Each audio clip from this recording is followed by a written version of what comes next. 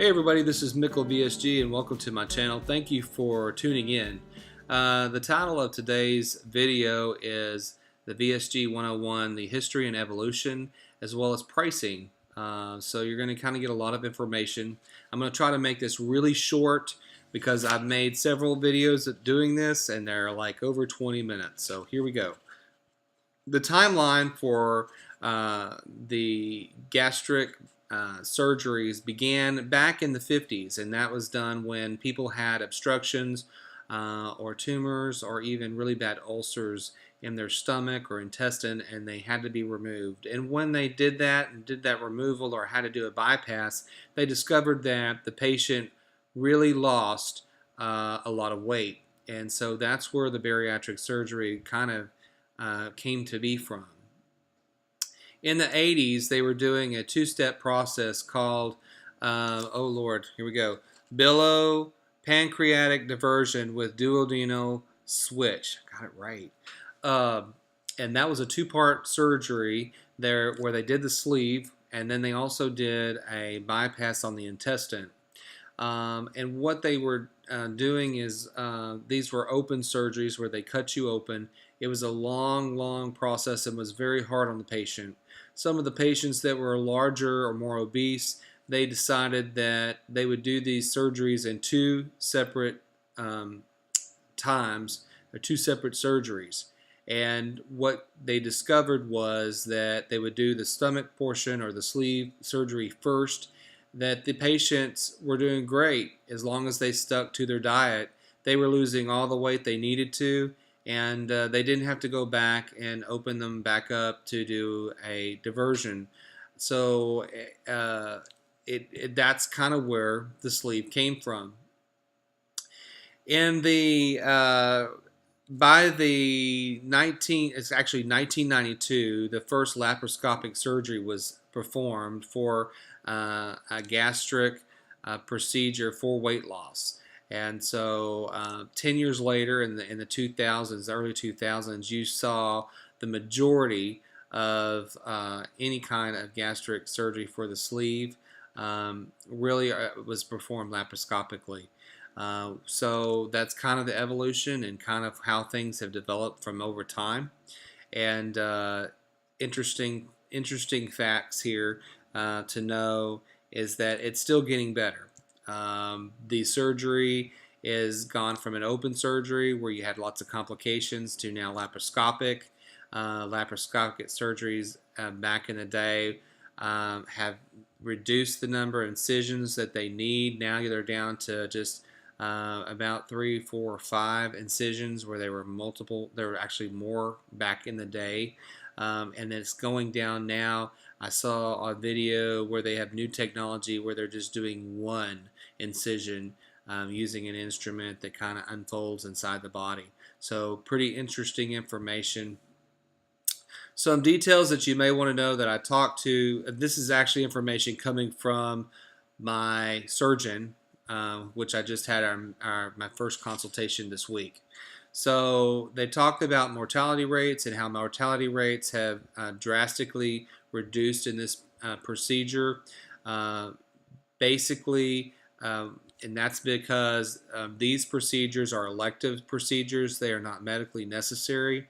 And so there was a lot of scrutiny, and over the years they developed and got these things right. My surgeon actually told me that this is one of the most safest surgeries you can do today. The mortality rate about 5 to 7 years ago was 1 in 200. Now the mortality rate is 1 in 2 to 4,000. I also saw another website this week that stated that the mortality rate is less than 1%.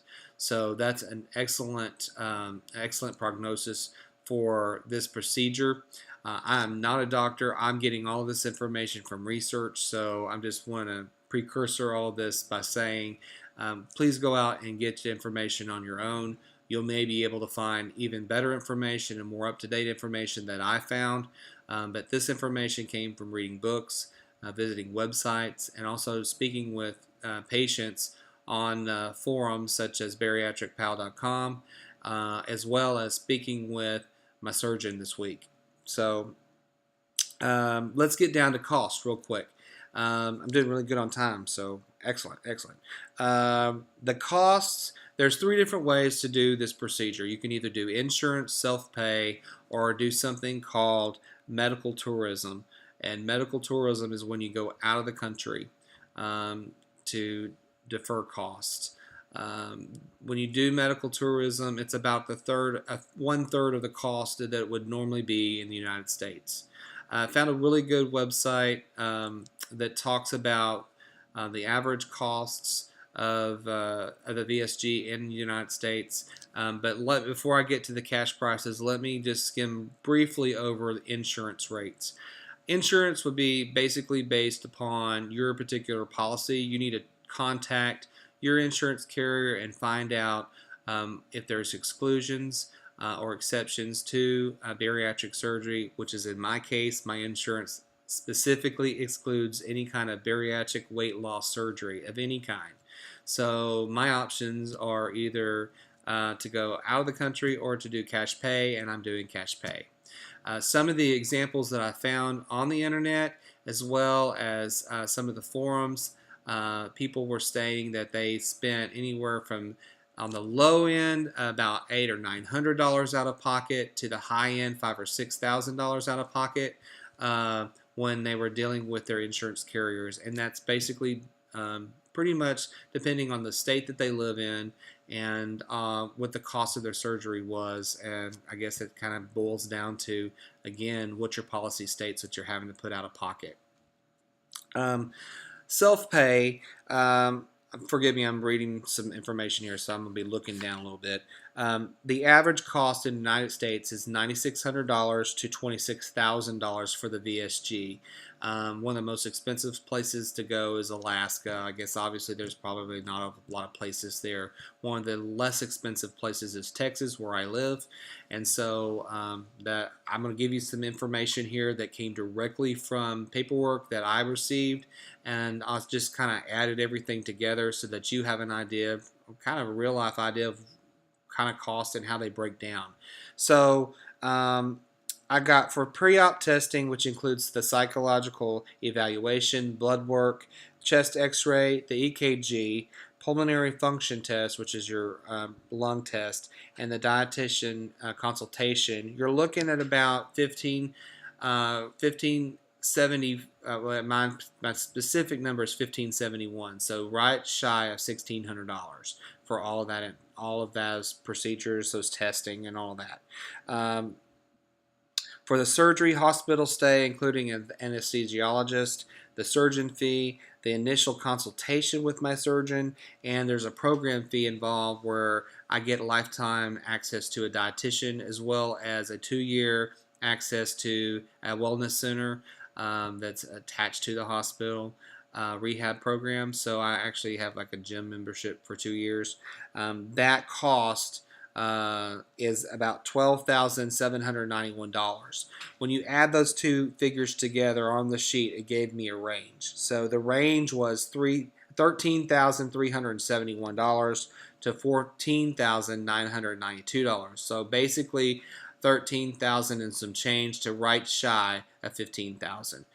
When I went this week to talk with them, we're in that $13,000 range doing self-pay. Interesting note that the hospitalization for one day is about $7,600. So it is over half of the cost of this procedure. So, and the reason that they put you in the hospital is because they want to make sure that you're not having any leakage. They leave you overnight to watch you. They administer a test the next day, and if you're not leaking, then they send you home. So anyway, this is the information that I found. I hope you find it useful. Let me talk about medical tourism, because I don't know if I did or not. There's some good things and some bad things about medical tourism. You can find more information on it by going to websites or other forums about bariatric surgery. There are basically the most popular place in the United States right now is in Mexico. There's several locations in Mexico that are doing that. The good and the bad. The good is that it is around $4,000 to $6,000 to go have this procedure done in Mexico, as opposed to having it done here for 15. But you don't get to come home and get in your bed after the procedure. You're in a hotel room, and then you're going to have to get on a plane and fly home. And so sometimes I've heard some horror stories about how it was just a miserable flight because you just weren't comfortable. But I also heard some really good stories about how it was a great experience and they saved a lot of money. One thing to remember is that you won't have access to your surgeon like you would here in the U.S., even though there are technologies now that you can be in contact with them via email and video and such things like that. But just to let you know that those are the things that you got to kind of figure out what works for you in your budget and in your situation. So keep those in mind. I hope this information was helpful to you, and I look forward to seeing you again here. I'll be sending a new video out pretty quick about my journey. I went to my surgeon this week, and I'm already on the diet plan. This is crazy. It's just spinning crazily fast. And so I'm going to tell you all about that on the next video. Until next time, you guys take care and have a great day.